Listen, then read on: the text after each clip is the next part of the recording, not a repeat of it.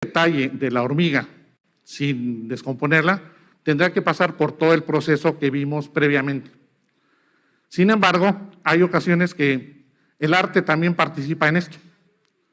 A veces los artrópodos, por ejemplo, hay una chica en Mérida, en una institución que se llama el CICI de Mérida, en donde ella observa los escarabajos en microscopía de barrido.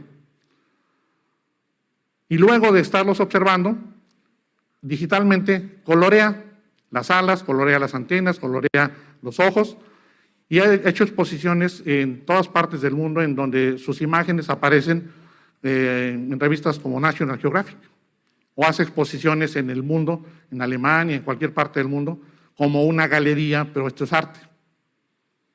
Y son piezas más grandes que una hormiga. Listo, me acaban de pasar otra pregunta. Sí. Dice, ¿qué tiempo de análisis es mayor y en cuánto tiempo entre una muestra de origen animal y una vegetal? Estaría difícil contestar, porque eso depende del objetivo del estudio y del proyecto. Si lo que se busca es un detalle muy especial, habrá que rastrear, habrá que cambiar de muestra, de campos, observar en diferentes aumentos hasta encontrar, y depende de la dimensión de lo que estemos buscando. Si el orden de aumentos es milímetros, pues con pocos aumentos y en unos segundos se observa. Pero si el caso es observar algún detalle que sea del orden nanométrico, pues va a tener que ser una muestra muy pequeña y tener que emplear un tiempo mucho más largo. Una muestra puede ser observada en 2 minutos o en 2 horas.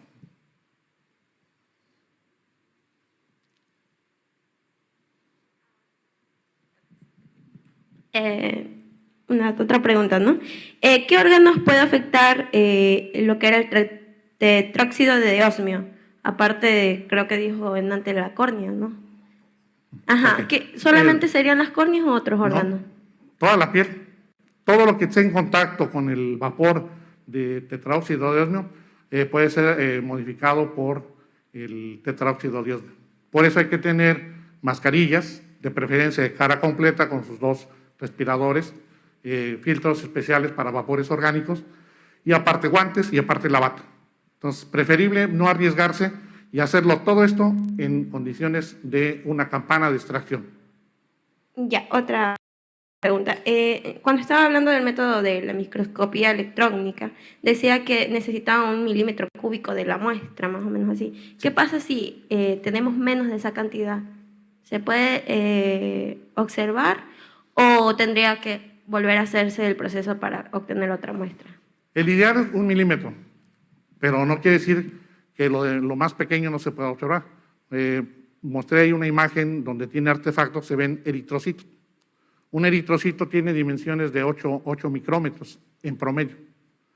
Entonces, todo se puede observar siempre y cuando uno escoja el método adecuado para retenerlo, para conservarlo en el sitio donde uno quiere observarlo. Pero todo es posible. Hay partículas que miden menos del orden de 1 micrómetro. 1 micrómetro, por ejemplo, una bacteria, y la podemos observar.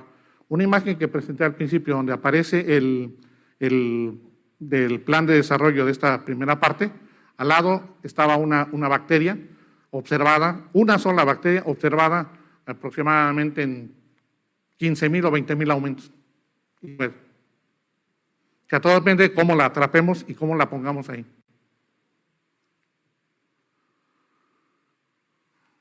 ¿Listo? ¿Alguien más? Sí.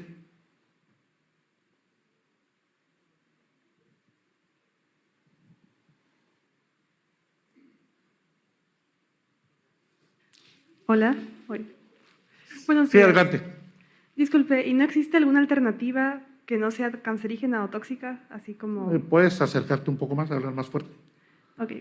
¿No existe una alternativa al tetraóxido de osmio para realizar el procedimiento? Una que no sea tóxica y peligrosa. Gracias. Sí existen alternativas. La situación es que es no usarlo, no usar tetráoxido de osmio.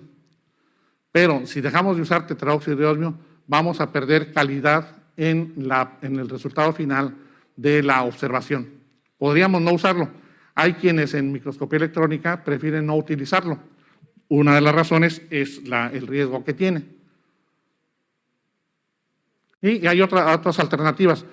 Hay un método que no requiere, lo vamos a ver más adelante, no requiere pasar por tetráoxido de osmio, pero tiene sus dificultades. Hay otra en donde el osmio es usado en doble o en triple ocasión, pero cuando suceden estos cambios así tan especiales, pues tendrá que haber un objetivo, un motivo muy particular para poder prescindir del uso de esta sustancia. ¿Hay más? Pues entonces continuamos. Si nos apoyan, por favor.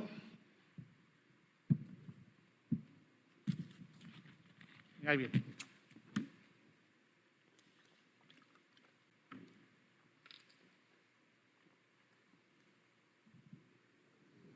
Bien, gracias.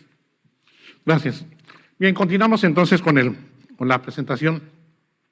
Y ahora vamos a hacer la continuidad con lo que dejamos pendiente. Acá está la imagen de la bacteria que comentaba hace un rato. Esta es una bacteria observada, o sea, más de 20,000 aumentos, y sin embargo es una sola pieza, una sola. Claro, hubo que escogerla dentro de un volumen de una superficie de 1 centímetro de diámetro. Y por ahí apareció, pero ahí está el ejemplo. Bien, ahora vamos a ver, en la continuación vamos a ver qué pasa con el recubrimiento, qué pasa con los dos métodos de recubrimiento, uno con carbón y uno con oro. Después veremos la parte de conservación de muestras, cómo se conservan después de haber sido preparadas. Y bueno, esta parte que es para mí creo que la más importante para ustedes es la de algunas aplicaciones después de haber hecho el procedimiento completo, como resultado que tenemos, y este es uno de ellos. Bien, aquí hay dos formas de recubrir. Una de las preguntas últimas me preguntaban qué otros métodos hay. En este caso es por métodos de impregnación, y en este que está en fondo blanco es el método de depósito. Por esta vía el recubrimiento se puede hacer con carbono y el recubrimiento o con oro, oro paladio o platino, etc. Y por este lado hay dos técnicas. Sin embargo, en el caso de no requerir pasar por este procedimiento por ninguno de los dos, se pueden usar estas alternativas en donde el osmio es el vehículo para el rojo de rutenio y el osmio es el vehículo para una sustancia que se llama tiocarbohidracida. Estos dos métodos, uno de ellos fue desarrollado en México por el doctor Feria Velasco, que bueno, ya no está entre los microscopistas, pero utiliza rojo de rutenio, osmio rojo de rutenio, y esto convierte al material biológico en material conductor eléctrico, sin pasar o sin el requerimiento de pasar por una evaporadora ni por un ionizador. Y este es otro método que Bob Kelly, Nuevo México, desarrolló, y después más tarde lo mejoró la doctora Wilson, en donde Malik Wilson desarrollaron este otro método semejante al del rojo de rutenio. Nosotros vamos a describir un poco primero este y después el de ionización. Bien, ¿cuáles son los metales que se utilizan para hacer este recubrimiento? Bueno, ya vimos que uno es el carbón, otro puede ser el paladio, el platino y el oro. El carbón, por la facilidad que hay de conseguirlo, por la economía, por lo barato que es, porque no requiere más que una bomba especial, un aparato especial, pero hay en muchas partes, en diferentes lugares, hay evaporadoras. Luego, el platino, el paladio, el oro, es por la condición de la posibilidad de hacer iones de esos elementos. Son elementos que están vean en qué periodo de la tabla periódica, particularmente el oro es uno de los más altos. Último orbital. Entonces, ese electrón, en el momento en que con baja energía se pueda desprender, se convierte en ion positivo y ion negativo. Bien, la etapa es llamada con tecnicismo que es Carbon Flash Evaporation. Y este concepto es por lo rápido que es el fenómeno, pero el fenómeno como ejecución final de todo el procedimiento, porque llevar una evaporadora con carbón a estas condiciones, aplicando una corriente directa a un par de electrodos de carbono y sometidos a alto vacío y alto amperaje, van a permitir que el carbono evapore. Y lo vamos a ver aquí adelante, como esta es la máquina de evaporadora de carbón, en donde en el interior tiene un sistema de vacío tan eficiente como el de un microscopio electrónico. Tiene alto vacío, tiene una bomba mecánica o rotativa, tiene una bomba difusora y que en la combinación entre ambas alcanza un alto vacío del orden de 10 a la menos 4. Y es suficiente para hacer la evaporación en esta cámara, en esta campana. ¿Cómo es la condición? Pues la condición es que los electrodos de carbón se deben de tallar en esta forma. Hay muchos métodos, pero este es uno de los métodos, en donde las características que aparecen arriba, podemos ver que aquí el contacto que se hace, una de las puntas de los electrodos está fijo, el otro tiene un resorte que lo empuja permanentemente a no perder el contacto. Cuando se colocan ya las condiciones en el interior de la cámara, se hace que al evaporar carbón se procese o se haga un efecto de sombra, que también se llama sombreado de carbón. Entonces, la posición en que se coloquen las muestras va a intensificar ese efecto de sombreado.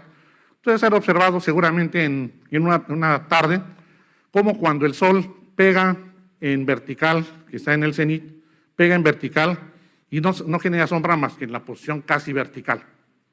Pero cuando pega, cuando sale o cuando se oculta, generalmente forma casi tangencial, y entonces se ve iluminado un borde, por ejemplo, en una montaña, y el otro lado se puede ver oscuro. Ese efecto es de sombra. Esto mismo sucede en el caso del sombreado por carbono. La distancia entre este plano de la muestra y las puntas de carbono son 14 centímetros, suficiente para que se genere una difusión en forma de un cono en el mayor proporción. Claro que el carbono se va para todos lados, se dispersa por toda la campana, pero esta es la intención. Y después se puede calcular en función del radio, de la altura, de la intensidad del amperaje, considerando estas condiciones, se puede calcular cuánto se depositó en orden de nanómetros sobre la superficie. Se puede hacer un cálculo y hay unas tablas en donde dice que si el color de la superficie se torna café, tiene un grosor. Si se torna violeta, tiene otro grosor. Y así hay una escala de colores. Bien, esta es la intensidad en cuando la corriente directa incide sobre los electrones, sobre los electrodos, hace que las puntas de carbón, primero el contacto empieza por hacerse un poco rojo, luego un poco amarillo, luego naranja, y termina convirtiéndose en una emisión particularmente blanca. Esto lo podemos ver en la imagen gracias a que la cámara fue quien recibió esa emisión. Pero si uno lo observa directamente en el aparato, uno tendría que utilizar unos filtros como los que utilizan para la soldadura eléctrica en la industria, unos filtros especiales de alta densidad, en donde apenas se alcanza a ver la punta de los electrodos y que obviamente no se dañe la retina. Este es el otro método, el método de la ionización. Este método de ionización es, como les mencionaba anteriormente, ahora vamos a ver cómo es el dispositivo. Estos son los dispositivos semejantes todos ellos. Este es uno de ellos, este es una evaporadora, un ionizador de Yeol, en donde en esta campana se pone en el centro una placa de oro, y esta placa de oro va a recibir una diferencia de potencial entre cátodo y ánodo. Las muestras se colocan en la base, ahorita lo vamos a ver más adelante, entre cátodo y ánodo, y entonces por esta diferencia de potencial en un ambiente a bajo vacío, solamente con una bomba rotativa o mecánica trabajando para hacer el vacío. Y este orden es del orden de 10 a la menos 1. Ese es un vacío muy pobre. Pero se requiere así porque se pretende que en este ambiente, en esta cámara, exista gas. A diferencia del microscopio electrónico, que debe ser eliminado, en esta condición se pretende que el vacío sea muy pobre, que siga existiendo gas. Y ese gas puede ser gas del ambiente o argón. El argón es un gas estable. Si entra al ambiente, a este ambiente, se va a conservar. Pero cuando se formen iones por la diferencia de potencial electrónico de corriente entre cátodo y ánodo, estos iones del oro van a estar dispersos por toda la cámara. Se van a intensificar con el gas que está presente dentro de esa cámara. Entonces, de unos pocos iones que existan aquí desprendidos del oro, va a haber una cantidad indescriptible de colisiones con el gas. Ese gas también se va a ionizar. Entonces, lo voy a adelantar y regreso a esta posteriormente. Este es el ambiente en donde el ambiente de la placa de oro que está sometida a la corriente hace que los iones que salgan del oro choquen con todos los gases que hay ahí dentro. Esa cantidad de colisiones que hay con los gases permite que se distribuya por toda la cámara, pero si esta es la región donde está el oro y acá está la muestra, la mayor cantidad de emisión va de cátodo a ánodo, y en el ánodo están las muestras, que previamente se recubrieron con carbón. Cuando el oro, que estaba en forma de iones, gana su electrón que perdió, se estabiliza cuando pierde la tensión de corriente entre los dos polos. Y entonces la superficie de la muestra, incluyendo toda la base, se torna con una película casi molecular y de orden nanométrico. Cuanto más tiempo dejemos que este fenómeno se desarrolle, más grueso va a ser la capa que se coloque sobre los especímenes biológicos. Después de muchos ciclos de sometimiento del oro a esas condiciones, la placa de oro se desgasta de esta región y así queda una placa de oro. Esperamos que esto nos dure 2, 3, 4, 5 años, dependiendo del número de emisiones al que sea sometida la placa de oro. Inicialmente, en condiciones nuevas, se ve así, pero cuando ya quedó dañada, pues ya no se puede usar más para el mismo propósito. Y entonces se puede hacer una cadena de oro, un anillo, unos aretes, si la institución se los permite. Bien, vamos a la parte de ¿dónde se van a conservar? Ya hicimos todo el procedimiento, ya hicimos todo el recorrido de cómo es, a grosso modo, en forma general. Ya no tienen agua, ya están fijadas, ya están conservadas, ya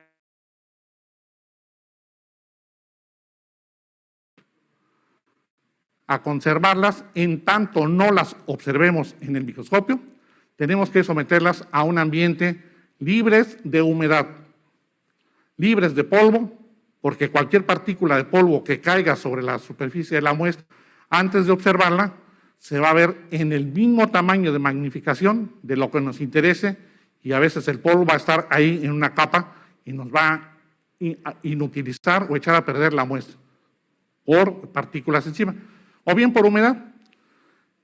Aquí, ¿como qué proporción de humedad hay en promedio al año en Guayaquil? ¿Muy alta? Ya lo hemos sentido nosotros. O sea, la humedad muy alta. Basta con que estuvieran en un recipiente, aunque no les cayera polvo, expuestos a la humedad, como están desecadas, van a ser como esponjas a la humedad. Se va a hidratar inmediatamente. Cuanto más tiempo permanezca sin meterla a un recipiente en donde tenga una válvula y podamos conectar una línea de vacío para sacar el gas limitado a la capacidad de la bomba, por supuesto. Pero lo más importante es que no esté fluctuando la humedad. Bien, en esta parte vamos a cambiar ya dejamos la parte técnica y vamos un poco a resultados. Aquí hay 3 elementos: la calidad de preparación de la muestra, la interfase entre la silla y el equipo y la optimización del equipo. Estos 3 elementos tienen que estar en equilibrio. Si domina uno de ellos, pues si hay buena interfase y no hay buena preparación, es inútil tener preparación. Y si el equipo no está funcionando, pues es inútil tener buena preparación y buena interfase. Pero si los 3 se ponen en equilibrio, es una maravilla. ¿Cómo conservar estas estructuras? Ahora vamos a los ejemplos. Pues ya vimos cómo las conservamos, vimos cómo se conservan después de ser preparadas, y ahora vamos a ver ejemplos de imágenes. Un macrófago visto, tratado por este proceso.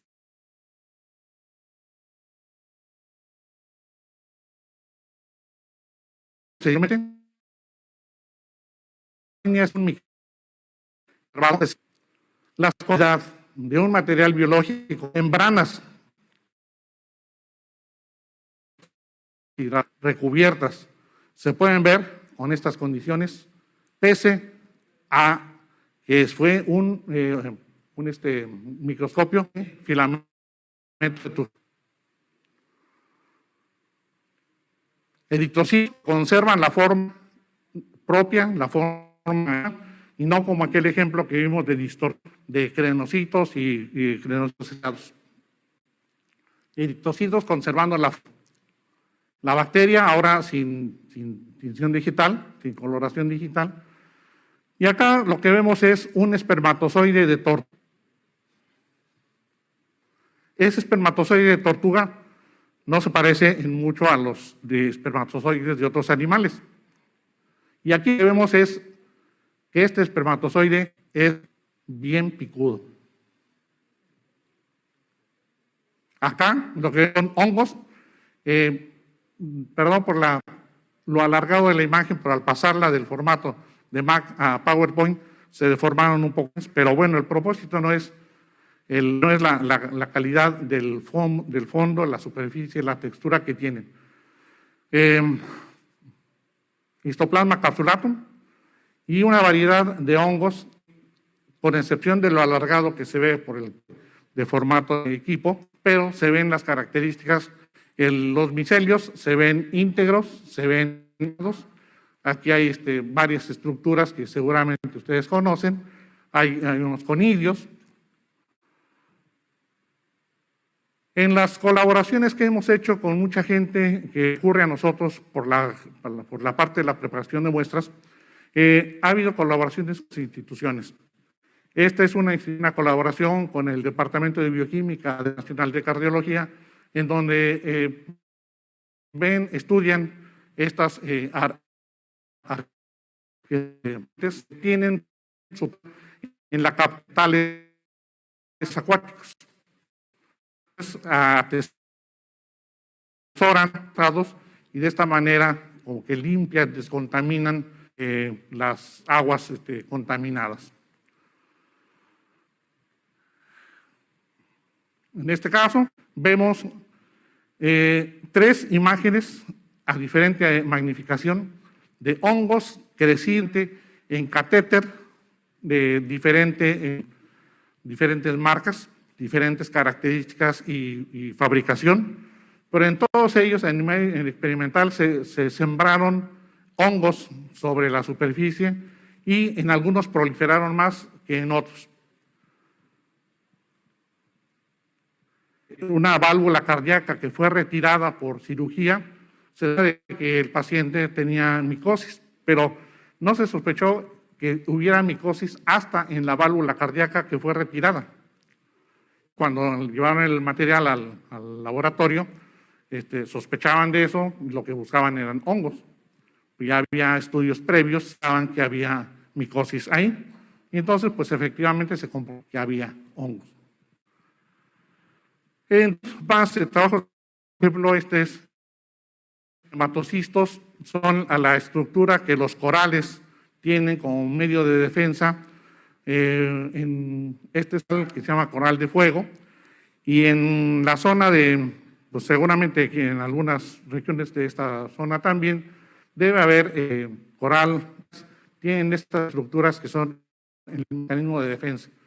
Dicen que se llama de fuego porque provoca especies maduras en la que tiene contacto con los corales.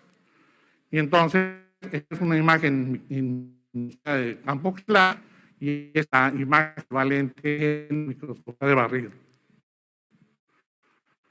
Parasitología también ha habido imágenes que alguna revista ha tomado para libros, ilustrar la misma revista en donde está contenido el artículo, una de biología de la Facultad de la Instituto de Biología de la UNAM, en donde cómo era que el procedimiento de cambio de cutícula en los nemátodos, y se encontramos entre las muestras que llevaron, que aquí se veía cómo se iba desprendiendo como estas estructuras donde las víboras cambian de piel y se hace un proceso, entre comillas, equivalente. En trabajos ya de desarrollo biológico a nivel de morfogénesis, pues se pudo observar en años recientes, previo el año en que comenzó la pandemia, el doctor que llevó trabajo al laboratorio tenía 2 meses para entregar imágenes en microscopía de barrido que avalaran lo que estaba reportando en los que había mandado, y los revisores le pedían que hiciera microscopía de barrido. Como ya estaba todo el trabajo prácticamente y era de revisión para volver a enviar con las correcciones, llegó hasta nosotros ya en tiempo de pandemia, y se procesó en el laboratorio, y después de 3 meses el trabajo se publicó. En los materiales que les comentaba hay muchos ejemplos en la literatura, y en la Facultad de Medicina hay un laboratorio en el Departamento de Biología Celular, donde se crean, se trabajan con estos temas, y ha sido muy exitoso porque se ha logrado también cultivar piel de biopsias de pacientes que han tenido quemaduras, y después se siembran, se hacen los cultivos en el laboratorio, y en ese laboratorio, y además lo que se hace es crecer la piel para hacer autoinjertos posteriormente.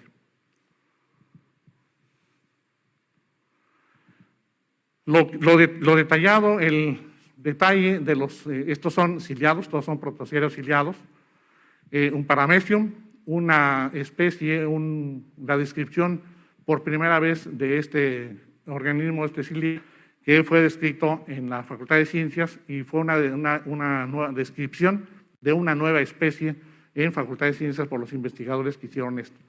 Y esto es un trabajo en donde se puede ver en microscopía de barrido un organismo acuático, en donde vean la cantidad de detalles que se ven aún en la punta de los cilios. Totalmente membranosos, totalmente delgados, lábiles cuando estaban en el medio natural.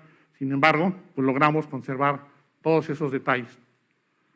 Después, con procesos digitales, pues esta es la base de una escama de una mariposa monarca, donde se lleva a la digitalización y pues se le da colores. Acá el miocardio, un miocito en donde se puede ver las sarcómeras, se puede ver las mitocondrias, que algunas fueron digitalizadas con color. En fin, esto es no solamente se puede ver el exterior de las células, se puede ver el interior, y este material fue fracturado en nitrógeno líquido. Al meterlo a nitrógeno líquido con un crioprotector, se logra que se congele, se forman cristales, sí, pero cuando pasa por el etanol al 70%, se pasa al crioprotector, a dimetilsulfóxido, por ejemplo, y ahí se espera a que alcance la impregnación. Después se lleva al nitrógeno líquido y se fractura, está congelado, se fractura al azar. Y esta fractura al azar pues nos permitió ver el interior de un cardiocito o un miocito visto en la parte interna. Vemos mitocondrias y vemos las sarcómeras ahí. En trabajos como el que está citado al pie de la imagen, Se pueden, por ejemplo, estas cisternas enormes, la región cis, la región trans, y se pueden digitalizar. Recording stopped. Aquí en este artículo, lo que hizo el doctor Tanaka fue digerir con tetraóxido de osmio por tiempo prolongado todo el material membranoso. Se eliminó y se conservó todo lo que es la estructura de organelos membranos, particularmente estaba dirigido a conservar Golgi. Bueno, y para no dejar fuera el tema del simposio, estas son imágenes, hoy abajo están los créditos de la fuente. Esta es una electrón micrografía en transmisión, en donde lo que ya nos mostraron ahora en imágenes originales en blanco y negro hechas en México y aquí en el instituto, en el laboratorio, en donde se puede ver por transmisión y luego digitalizado la estructura que ya nos han descrito nuestros colaboradores, compañeros, perdón. Y acá se ve una imagen en barrido.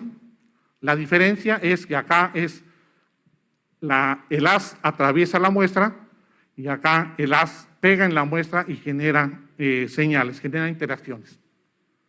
Otras imágenes en donde se ven diferentes trabajos, también en microscopía electrónica de barrido.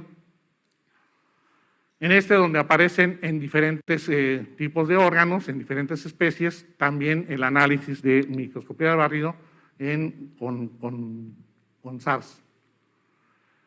En resumen, volvemos a una imagen que vimos ya previamente, y esto es que, ¿cuál es la esencia de la fijación? Esto nativo. Entonces díganme, ¿podemos aprobar, podemos avalar que las imágenes que vieron conservan esta calidad? Creo que sí, ¿no?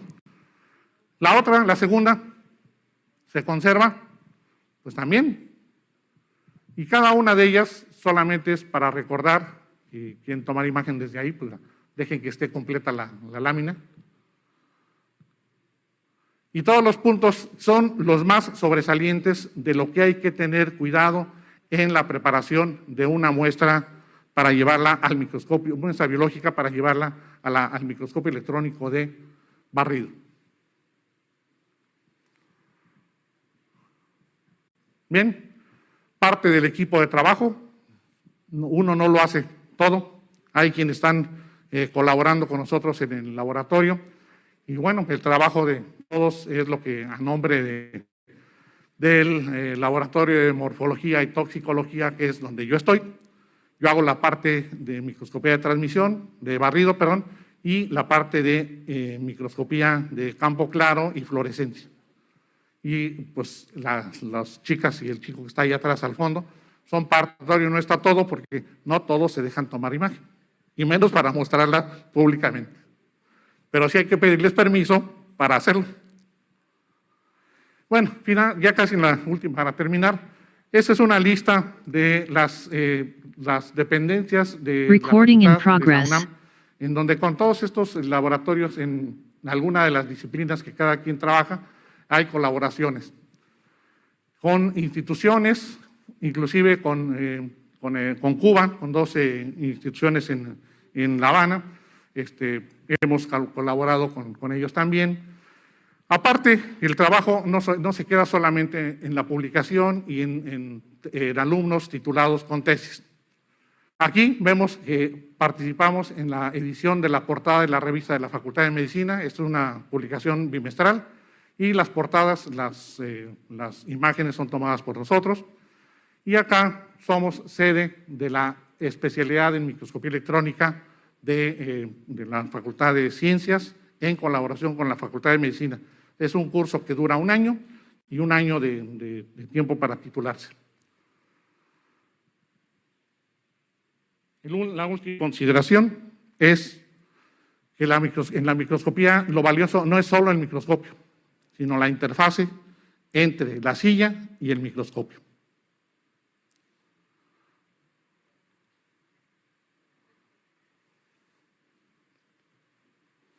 Por su colaboración, por su asistencia, por su paciencia y por haberse aguantado aquí He cerrado. Gracias.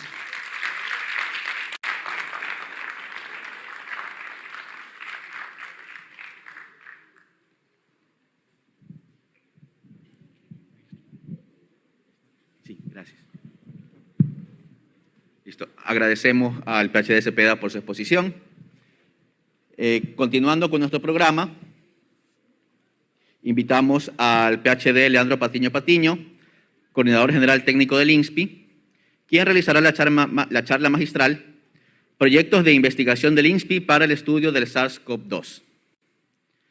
El PhD Patiño es biólogo, especialista en biología molecular y magíster en biotecnología por la Universidad de Guayaquil, PhD en ecología y evolución por la Universidad de Leeds del Reino Unido. Además, es investigador del INSPI desde el año 2008. Lidera y participa en varios proyectos de investigación de agentes infecciosos, incluyendo el SARS-CoV-2, causante de la pandemia de la COVID-19. Con ustedes, el PhD Leandro Patiño.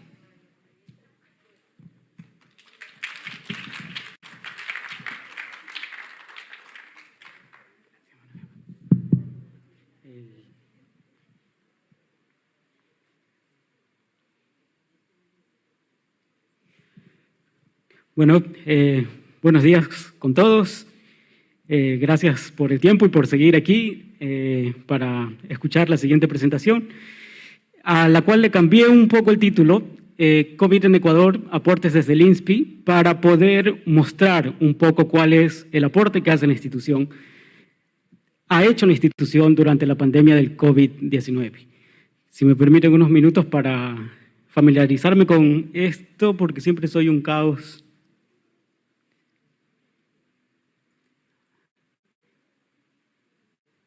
De hecho que lo pagué. Bien, debo comentarles para empezar que, especialmente a nuestros expositores invitados, el INSPI, el Instituto Esquieta Pérez, es un instituto que tiene 80 años de trayectoria en el país. Inició como Instituto Nacional de Higiene y Medicina Tropical. En el 2012 su nombre cambió a Instituto Nacional de Investigación en Salud Pública. Se cambiaron algunas de las atribuciones originarias de la institución, pero mantuvimos dos de las más importantes, que son ser el laboratorio de referencia nacional, que apoya la vigilancia de agentes infecciosos que hace el Ministerio de Salud Pública, y también la investigación científica. En esta charla les voy a hablar de los aportes que ha tenido el instituto durante la pandemia y de algunas de las investigaciones que realizamos con COVID-19. Desafortunadamente no tenemos proyectos con COVID-19 en microscopía electrónica, pero uno de los objetivos de este simposio es poder motivar a los profesionales ecuatorianos y a la comunidad científica local a involucrarse, a motivarse en este tipo de investigaciones que, como hemos visto, permiten lograr investigar temas fascinantes. Aprovechando las fortalezas que tiene el instituto, aprovechando el equipamiento de microscopía electrónica, pues le motivamos a poder trabajar en estos temas y a trabajar con nosotros. Tenemos también expertos como la doctora Linda Díaz, que, como se lo expuso ayer, pues tiene muchos años en la institución generando ya proyectos de investigación en otros temas y que pueden seguir apoyando e iniciar temas de COVID.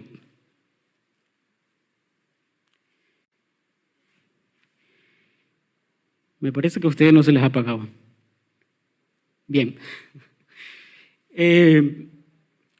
A esta altura de la pandemia, después de 2 años y medio, todos saben quién es el virus responsable de la COVID-19.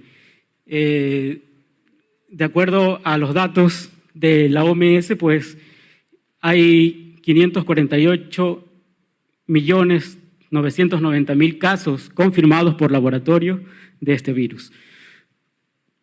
Muy probable que todos quienes estamos en este salón hayan ido ya COVID-19 o nos hayamos reinfectado por el virus. De toda esta cantidad de infectados, pues hay más de 6 millones de fallecidos a nivel global. El mayor número de muertes diarias por la enfermedad varió en diferentes meses, en los diferentes años desde que empezó, 2020 hasta el 2022. Vemos que hay algunos picos que probablemente o que seguramente se originaron por el surgimiento de diferentes variantes del virus. Este gráfico muestra el número de muertes por día y como pueden ver, pues hubo días en que a nivel global hubo 16.000 muertes en un solo día.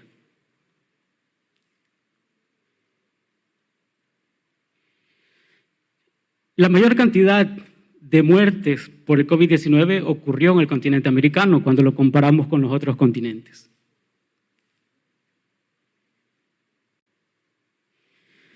En lo que se refiere a la región, en Sudamérica, Brasil es el país que tiene el mayor número de muertes per cápita.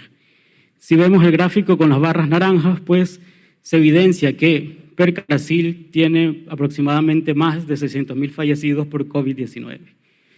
Seguido en la región, en Sudamérica, por Perú y Ecuador, que se ubica en sexto puesto con 35.000 fallecidos.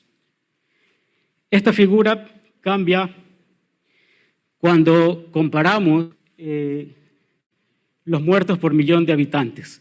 Esta cuantificación nos permite hacer una mejor comparación, pues, como todos sabemos, Brasil es un país inmenso y obviamente, lógicamente, va a tener cantidad de muertes por cápita.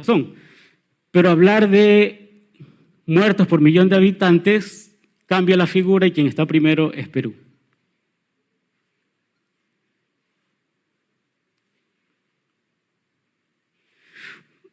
¿Por qué existen ese número de unidades? Nosotros se las hemos atribuido frente campañas de vacunación exitosas para algunos países, porque lograron mayor cobertura de vacunación o porque hubo vacunas en muy corto tiempo.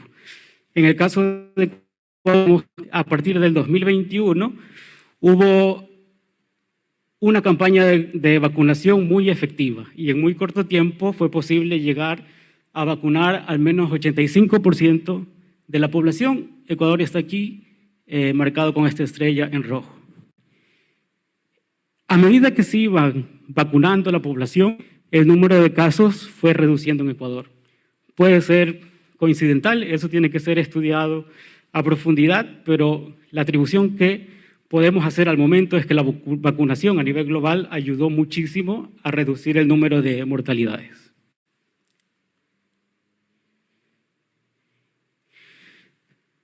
Pero esas cifras que les muestro, no todo fue tan bueno para Ecuador. Después de la pandemia, esta ciudad, Guayaquil, fue una de las más afectadas por el COVID-19. El número de contagios fue realmente explosivo. Tuvimos una gran cantidad de casos, una gran cantidad de hospitalizaciones y una gran cantidad de fallecidos por coronavirus como por personas que por otras causas no podían ser hospitalizados, estaban ocupados con pacientes de coronavirus. El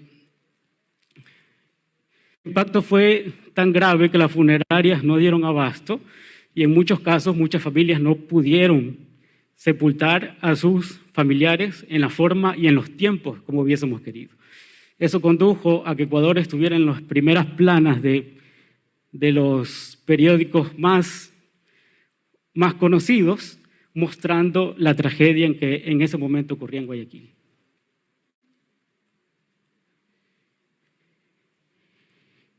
El caso índice detectado en el 22 de febrero. Y lo que les comento que pasó en Guayaquil ocurrió en los primeros meses luego de la detección de este caso índice. Unas semanas antes, estuvimos todos preocupados por un caso sospechoso de un paciente chino que finalmente fue.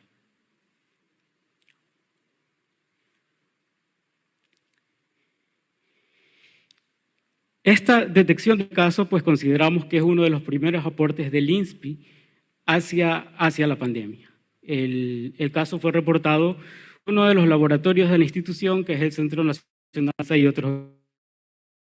Luego de eso, el INSPI ha estado al frente del diagnóstico, de la vigilancia de este virus a nivel nacional, desde el 2020 hasta el 2000.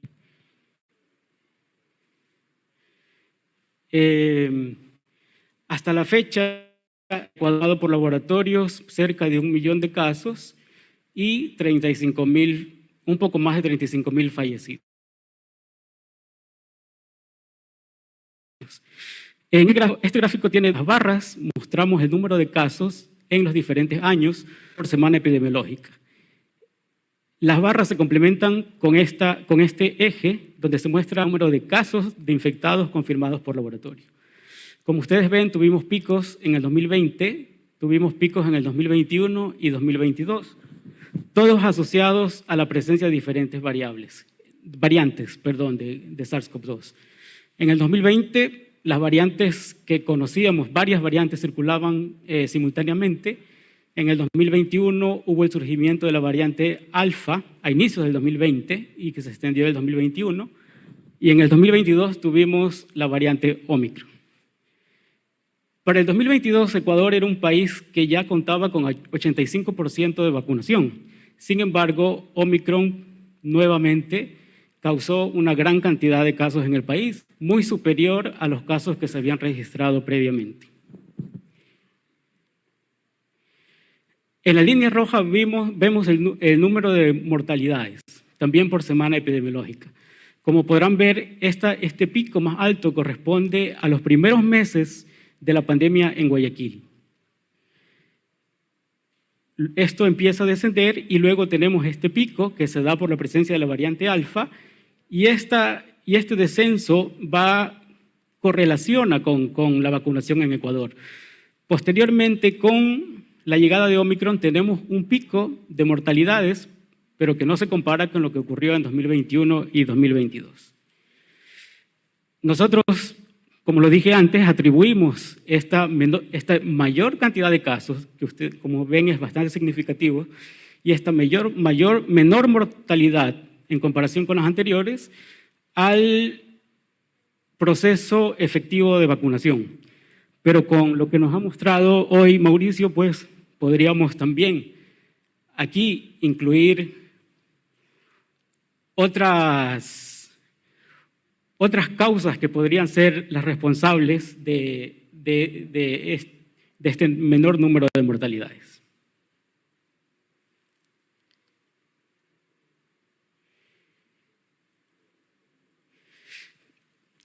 En nuestra forma de ver, pues, este es otro aporte del INSPI que ha podido mantener el diagnóstico y vigilancia de este virus durante todos estos años. Solo para mencionar, a inicios de la pandemia, el Centro de Referencia Nacional de Influenza tenía una capacidad de procesamiento de 200 muestras que tuvo que ser mejorada hasta llegar a 800 y actualmente podemos procesar 2.500 muestras por día. En vista que el surgimiento de variantes de preocupación se volvió tan importante, pues el INSPI también estuvo ocupado para la detección, para la secuenciación de estas variantes de preocupación. Desde el 2020 estuvimos en capacidad de secuenciar los primeros genomas de SARS-CoV-2 y a través de uno de los laboratorios del INSPI, del Laboratorio de la Dirección de Investigación, Desarrollo e Innovación, se pudo también detectar de forma rápida y oportuna los casos índices de la variante alfa y los casos índices de la variante Omicron.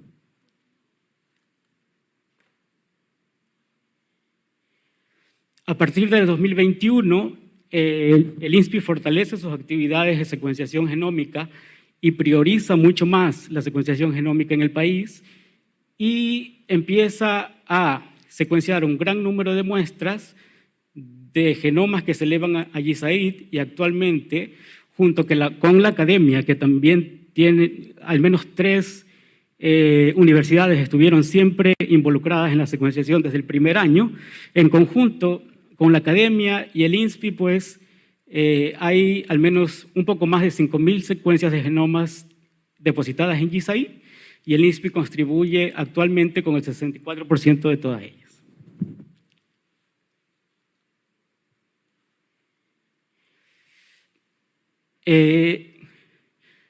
El fortalecimiento y la secuenciación que viene haciendo el INSPI es otro aporte que ha hecho la institución durante toda esta pandemia. Gracias a ello, pues podemos dar un seguimiento bastante oportuno de cuáles son las variantes de preocupación que han circulado en el país. Dentro de las cuatro han sido las más importantes que han circulado en Ecuador. Empezamos con alfa, la variante gamma, que estuvo presente por unas pocas semanas, y luego fue desplazada por la variante delta, y finalmente ha sido completamente desplazada por la variante Omicron. Como ha ocurrido a nivel global, pues hemos notado que algunas variantes nuevas empiezan a desplazar a las anteriores. De hecho, a finales de diciembre, cuando ingresó Omicron a Ecuador, habían dos variantes que co-circularon en ese mes, la variante Delta y la variante Omicron. Pero rápidamente, en unas semanas, en febrero, Omicron fue la variante que empezó a dominar en todo el país. Y con Omicron, pues surgen los sublinajes o las subvariantes.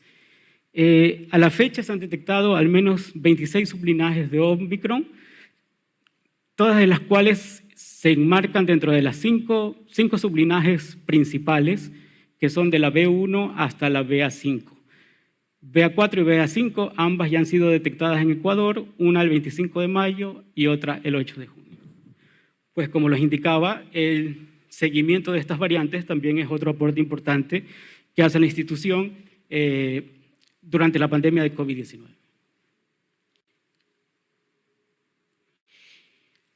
Además de estas actividades que se encuentran dentro del marco de nuestras competencias como laboratorio de referencia nacional, ejecutamos algunos proyectos.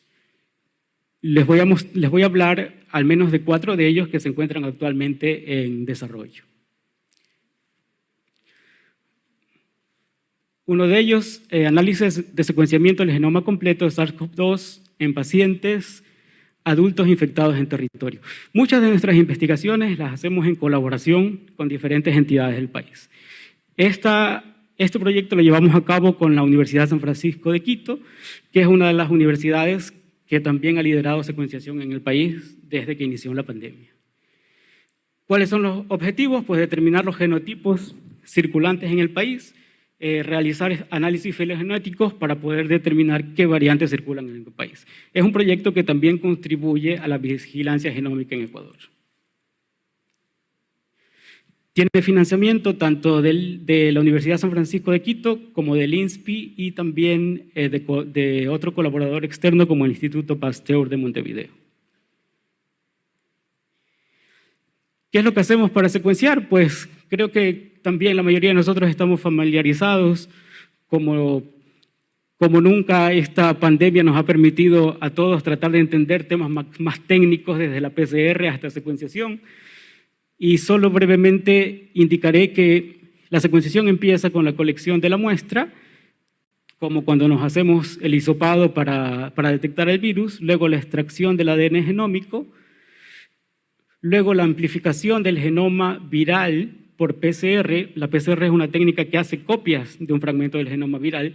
En este caso, para secuenciarlo, hacemos copia de todo el genoma en pedacitos, en varios pedacitos. El genoma tiene 30.000 nucleótidos y nosotros hacemos copia de ese genoma en pedacitos de 400. Posteriormente, con reactivos específicos que nos permiten y con métodos que nos permiten determinar la estructura química del ADN, vamos identificando cada uno de los componentes de este ADN y vamos obteniendo la secuencia de esa molécula.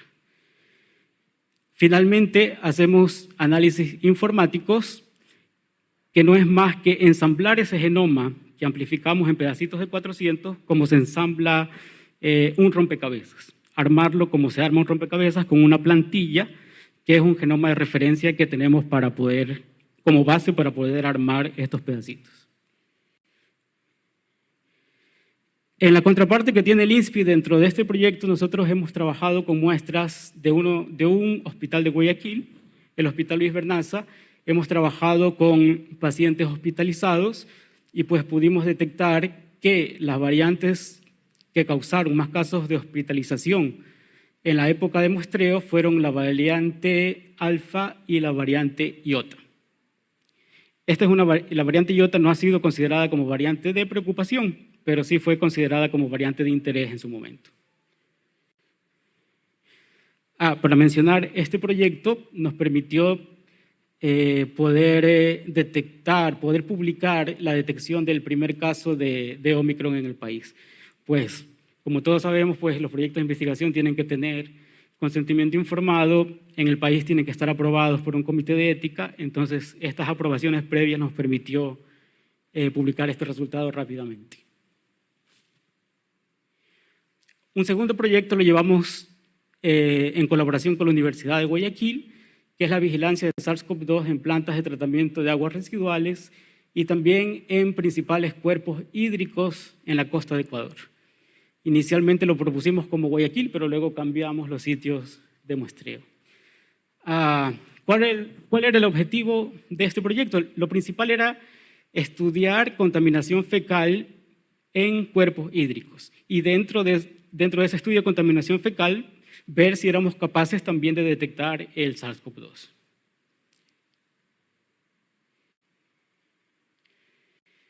Estudiamos 3 sitios de la costa ecuatoriana y estudiamos cuerpos de agua como estuarios que estaban cerca de zonas urbanas, también playas de uso recreacional, aguas abiertas y lagunas de oxidación. En cuanto a la metodología, algo que hay que cuidar cuando trabajamos con grandes volúmenes de agua es que en esos volúmenes de agua podemos concentrar los virus, si es que están presentes, para poderlos detectar por PCR.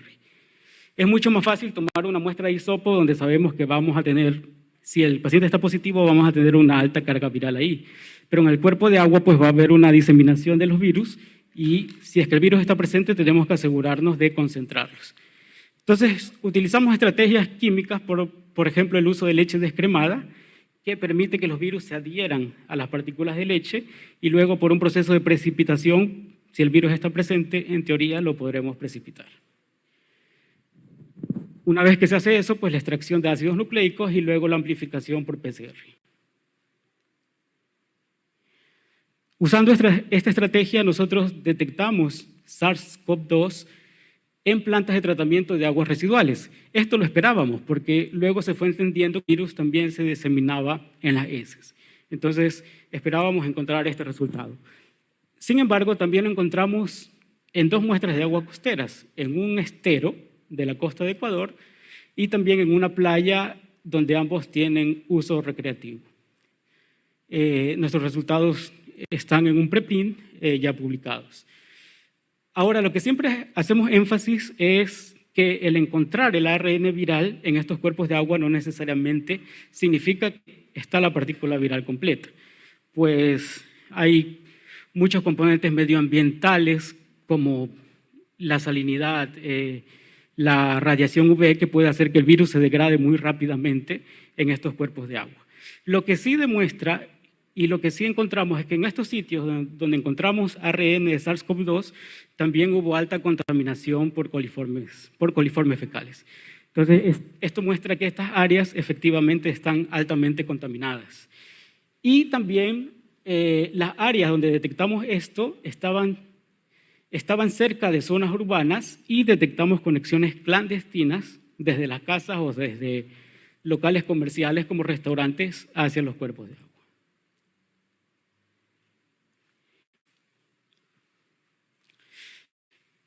Este es otro trabajo de implementación de un equipo portátil de bajo costo para la detección de COVID-19 en 3 ciudades del país.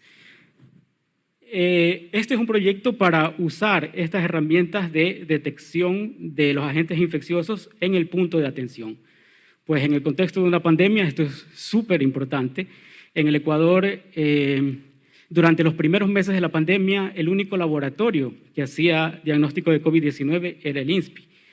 El INSPI tiene presencia en 4 ciudades del país y eso significaba de que las muestras llegaban solo a 4 ciudades. Posteriormente, como en todos los países sucedió, pues más laboratorios fueron integrándose también a la vigilancia de COVID. Pero contar con este tipo de herramientas en el punto de atención es fundamental en todos los países, pero particularmente en países como los nuestros, donde la compra de reactivos es realmente un problema cuando tenemos un evento epidémico. Este trabajo se lo realiza en colaboración con el Consorcio Instituto Canadiense de Investigación y con el INSPI. Es dirigido por una de nuestras destacadas investigadoras, la doctora Varsovia Ceballos, y su equipo, que tiene su laboratorio en Quito, y ya ha sido evaluado con Zika. Lo que se pretende ahora es trasladar la tecnología hacia la detección de COVID-19. El método que usa es una RT-LAMP, que es una técnica parecida a la PCR, pero donde no se utilizan equipos sofisticados como un PCR en tiempo real o otros sistemas de detección. Y permite también hacer análisis de anticuerpos, como se lo hace con una prueba de ELISA. La metodología, pues, la toma de muestra, en el caso de ELISA, el análisis del suero directamente en el equipo. Esta utiliza un equipo desarrollado por el Instituto Canadiense, que es de bajo costo, y en el caso de RT-PCR, pues la extracción de los ácidos nucleicos y luego ese análisis en este equipo que ya contiene los elementos para identificación del ARN viral o de los anticuerpos según sea el caso. Este proyecto ya está en una fase inicial para evaluar anticuerpos de pacientes que han sido vacunados en Ecuador, y también se ha evaluado ya la PCR LAMP, y ya condujo también a la obtención de un paper científico. Tenemos otro proyecto que es la investigación de la presencia de SARS-CoV-2 en animales de compañía o la circulación de coronavirus en roedores y murciélagos. Sabemos que hay diferentes géneros de coronavirus. El SARS-CoV-2, como nos indicaba ayer la doctora Elizabeth, pues está dentro del género de los beta coronavirus.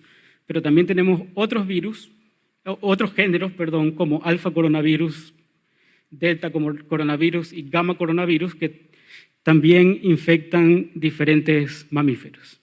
Entonces, este proyecto está enfocado en hacer una línea de base de qué coronavirus están presentes en mamíferos en el Ecuador, por un lado, en el caso de animales silvestres, pero por otro lado también ver si el SARS-CoV-2 podía haber sido transmitido a mascotas en la ciudad de Guayaquil. ¿Cuál es la metodología? Pues en el caso de las mascotas, tomar su muestra. Se tomaron muestras de mascotas de pacientes que habían sido positivos para SARS-CoV-2 en las 2 semanas anteriores. Y en el caso de organismos silvestres, pues atraparlos, en el caso de ratas, atraparlas con jaulas tipo Tomahawk, y en el caso de murciélagos, pues atraparlas con estas mallas tipo neblina. Posteriormente, hacer PCR y confirmar el hallazgo por secuenciación. De este trabajo ya hay 2 productos donde se pudo identificar que tanto en la Amazonía como en Guayaquil hubo perros que se contagiaron por SARS-CoV-2 de pacientes que habían sido positivos previamente. Estas son algunas de las instituciones con las que colaboramos en diferentes proyectos, y como les indicaba, pues esperamos con este simposio poder afianzar también colaboraciones con las instituciones de nuestros expositores y que nos permitan extender nuestra área de investigación a este tema tan importante como la microscopía electrónica. Entonces, les agradezco mucho por su atención, y si hay preguntas, pues con gusto las puedo responder.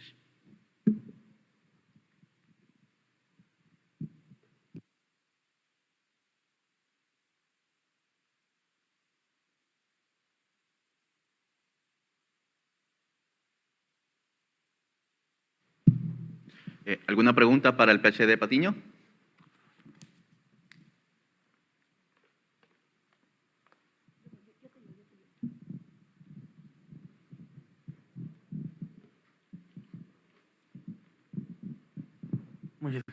Muchas gracias, Leandro. Una pregunta, ¿han visto, ya que están haciendo secuenciación de genoma completo, de lesiones? Porque al principio se había visto con el SARS-CoV-1 de que hay de lesiones en la proteína accesoria 8 y que eso tenía mucho que ver con la patogénesis. Entonces, no sé, de las últimas diapositivas dice que veían más el primer marco de lectura, pero no sé si están viendo las proteínas accesorias para ver si hay de lesiones en alguna de las muestras. Gracias. Como INSPI no lo estamos analizando, como INSPI se reporta las variantes de preocupación porque es el primer producto que necesita el sistema de vigilancia, ¿no? Pero sí, una vez que tenemos las secuencias, tenemos el material para poder investigar estas mutaciones. Sí lo estamos haciendo, pero no como un sistema de vigilancia, pero sí es algo que se lo puede trabajar más finamente como un tema de más profundidad y como un tema de investigación más específico.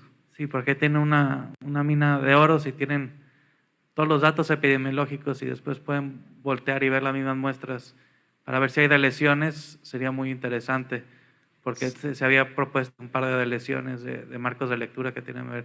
Por ejemplo, no sé si el Omicron, por ejemplo, habrá perdido algún gen, entonces tienen ahí una mina de oro muy interesante. Sí, seguro, lo consideraremos.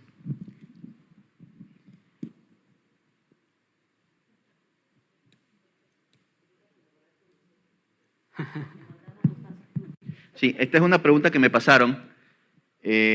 Dice, ¿el INSPI tiene equipos para hacer estudios de SARS-CoV-2 como los presentados en este simposio? Sí y no. Yo creo que la pregunta, la respuesta sí, es que podemos abordar proyectos de investigación como los que nos presentó la doctora Elizabeth ayer. Creo que estamos listos para eso. Tenemos el equipamiento adecuado en la plataforma de microscopía electrónica. Tenemos la experticia. Solo necesitamos profesionales que deseen involucrarse en estas áreas y podamos tener muestras de hospitales, muestras de diferentes sitios para poder hacer este tipo de investigaciones. En el caso de la respuesta, no es a lo que nos presentó Mauricio, porque precisamente una de las consultas que hice es si este trabajo previo de cultivo viral se había hecho en laboratorio BCL3. Pero sí estamos cercanos a eso, porque en una colaboración con la cooperación alemana, el INSPI está en un proyecto de construcción de un laboratorio BCL3. Así que esperamos que en el plazo de un año ambas respuestas puedan ser sí.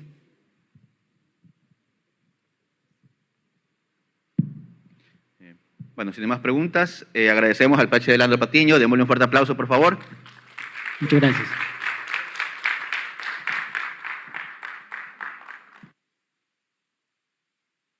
Bien, continuando con nuestro programa, presentamos ahora un video del doctor Carlos Ortega Maldonado, canciller de la Universidad de Especialidades Espíritu Santo, UES, y cónsul general honorario en Guayaquil de la Embajada de Japón, quien nos ofrecerá unas palabras. Ahora adelante con el video.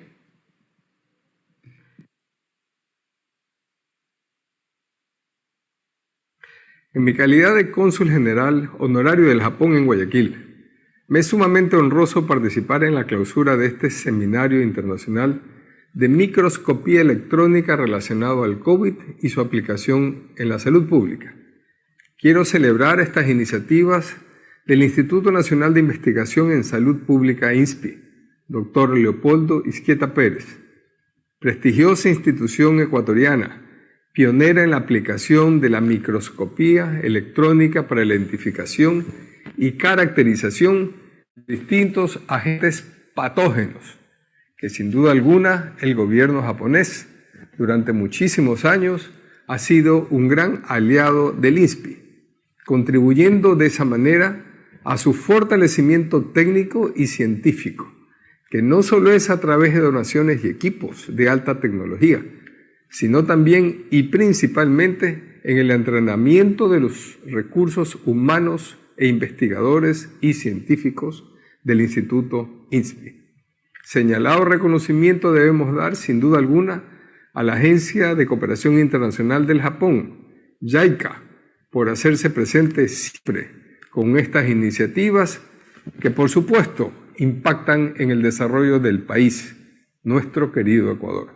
Por ello, mis felicitaciones a todos los participantes y organizadores de este gran evento.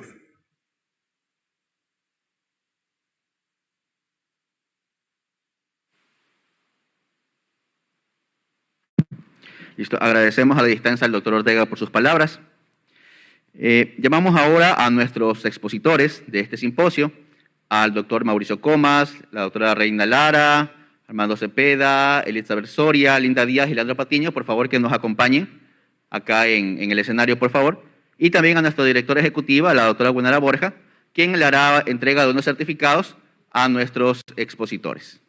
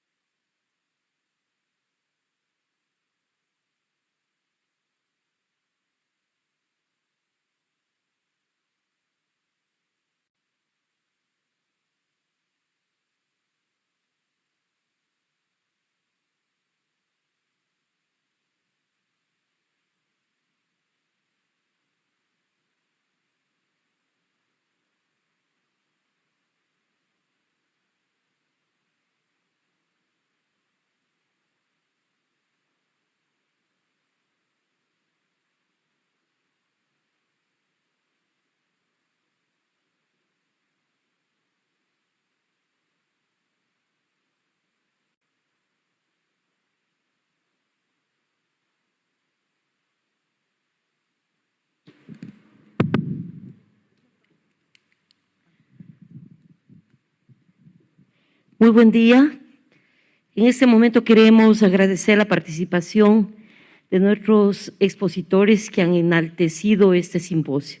Realmente como la institución, como representante de la institución, me quedo eternamente agradecida, reiterando mis palabras del día de ayer, porque ha sido de primera categoría la presentación de ustedes. Espero que JICA, después de este primer intento, siempre esté presente en los simposios, segundo simposio, tercero simposio, cuarto simposio de microscopía electrónica, para cada vez más que nuestra comunidad científica, académica, encuentre en esta metodología, en esta arte, porque realmente es un arte, una forma más de ampliar sus resultados de investigación. Entonces, en primer lugar, en el orden que me han pasado, quiero entregarle al doctor Leandro Patiño por haber sintetizado magníficamente todo lo que el INSPI ha venido haciendo a partir de la pandemia y cuáles son las perspectivas. Muchas gracias, Leandro, porque usted hace parte de la mayoría de proyectos y realmente es un lujo tenerlo como coordinador general técnico. Muchas gracias, Leandro.